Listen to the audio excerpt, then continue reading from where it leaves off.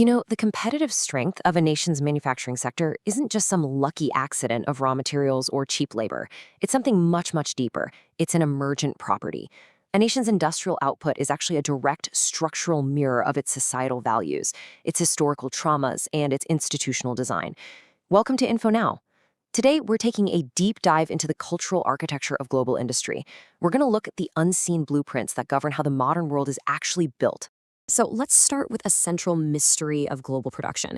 Why is it that certain cultures can engineer the absolute seamless precision of a German luxury sedan, yet those exact same cultures struggle to write the software that powers it?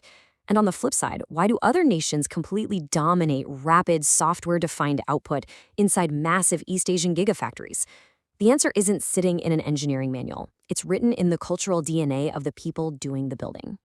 To really wrap our heads around this, let's establish a baseline contrast. Take the United States model of venture pragmatism.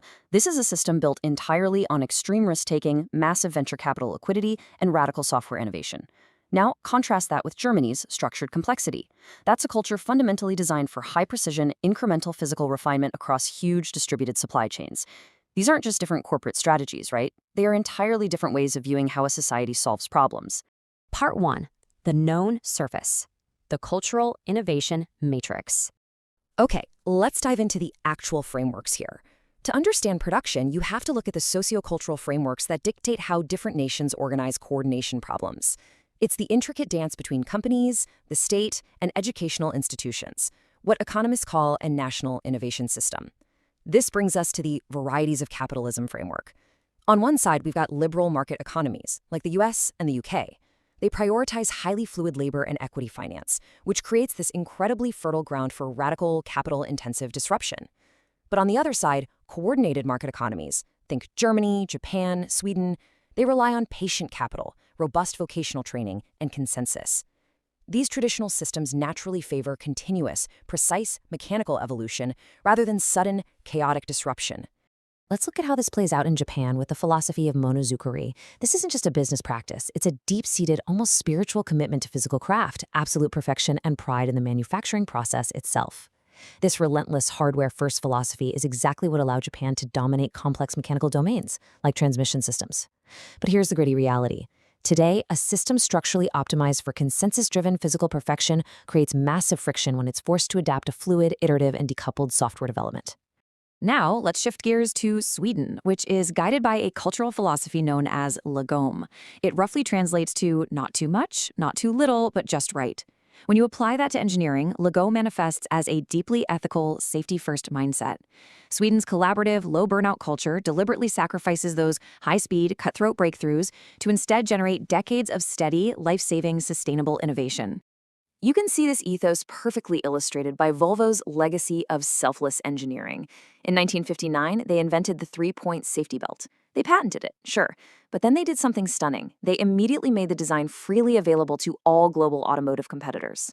From that seatbelt in the 50s to the lambda-sonde oxygen sensor in 1976, all the way to laser-monitored city safety in 2008.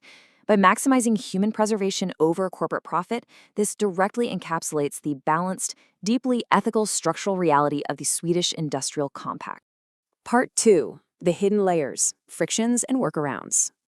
Now, innovation is rarely pristine. Let's look at the gritty, intense constraints that actually forge national manufacturing identities. Take a look at this number, $74 million. I want to let that hang in the air for a second. That was the entire budget for India's Mars orbiter mission. That is literally cheaper than the production budgets of several Hollywood films and just a tiny fraction of traditional Western aerospace costs. So you have to ask, how is that functionally possible? It's possible through frugal engineering. India took this improvisational, survival-driven mindset known as Jugaad and codified it into a highly disciplined methodology. Instead of looking at severe resource constraints as roadblocks that require massive capital to overcome, Indian engineers reframe those constraints as strategic opportunities. They use clean sheet redesigns to strip products all the way down to their core utility. They are fundamentally doing vastly more with vastly less. Over in Israel, the operational reality is defined by chutzpah. It's this unique cultural combination of absolute audacity and anti-hierarchical defiance. Because of its intense geopolitical environment, Israel takes elite mathematical minds at age 18 and funnels them directly into specialized military units. like Unit 8200. These kids are solving high-pressure, life-or-death technology problems. And upon discharge, that battle-tested talent pool transfers straight into the civilian sector. It creates an ecosystem perfectly structurally optimized for hyper-agile 0-to-1 software breakthroughs. Meanwhile, the United Kingdom took a different path, substituting traditional mass manufacturing with intensely concentrated performance engineering hubs. Think of Motorsport Valley, built right on top of repurposed post-war airfields. Here, engineers are locked into short-cycle, weekly iterations for Formula One racing. And because of the fluid labor market, top-tier talent is constantly jumping between teams. That high turnover acts as a powerful vector, rapidly transferring aerospace-grade innovations across the entire region like liquid knowledge. 52. This is the strictly enforced weekly hour limit for South Korean workers.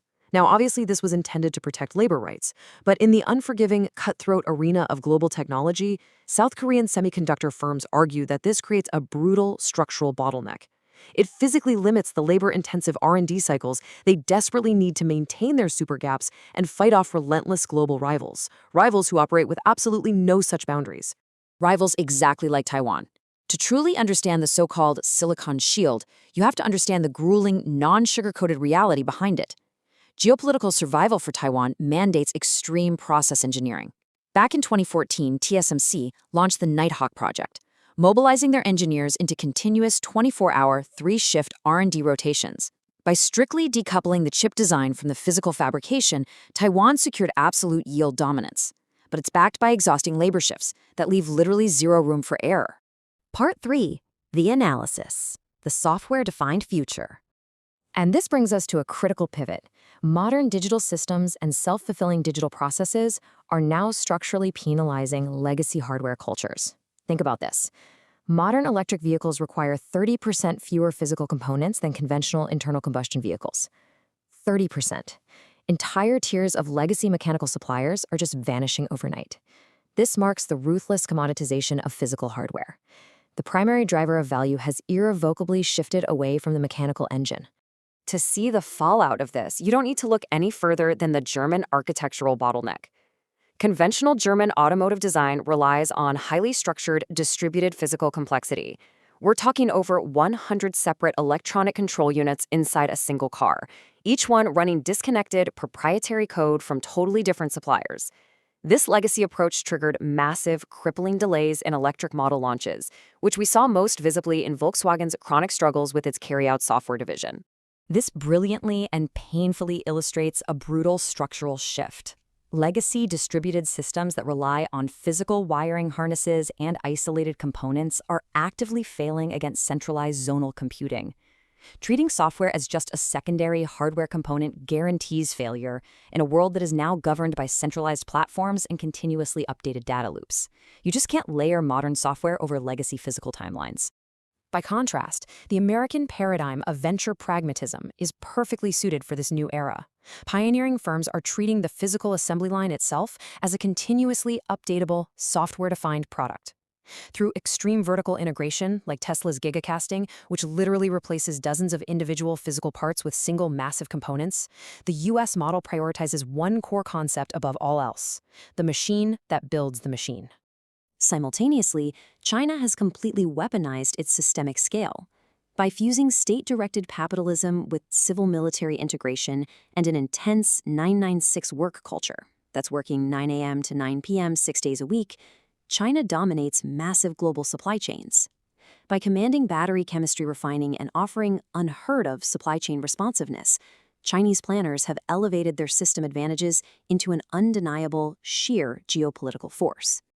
So, what does this all mean? The absolute crucial takeaway here is that for legacy industrial powers to survive this era of software-defined automation, structural transformation isn't optional, it's mandatory. They have to completely decouple their slow hardware life cycles from rapid software releases. They must abandon those distributed systems to adopt centralized zonal architectures. And fundamentally, they have to restructure their legacy procurement mindsets. Digital agility simply cannot be purchased like a mechanical widget. As we look toward the horizon of global industry, a very stark reality emerges. The future will not be won by flawless hardware execution alone, nor by pure, frictionless software abstraction.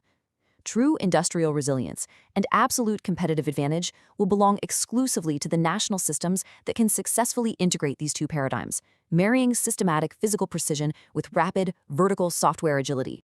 Thank you so much for spending your time learning with us today. If you found this deep dive into global production philosophies and the digital processes shaping our world insightful, please comment with what surprised you most, and subscribe to InfoNow for more deep dives into our world's history and future. See you in the next chapter.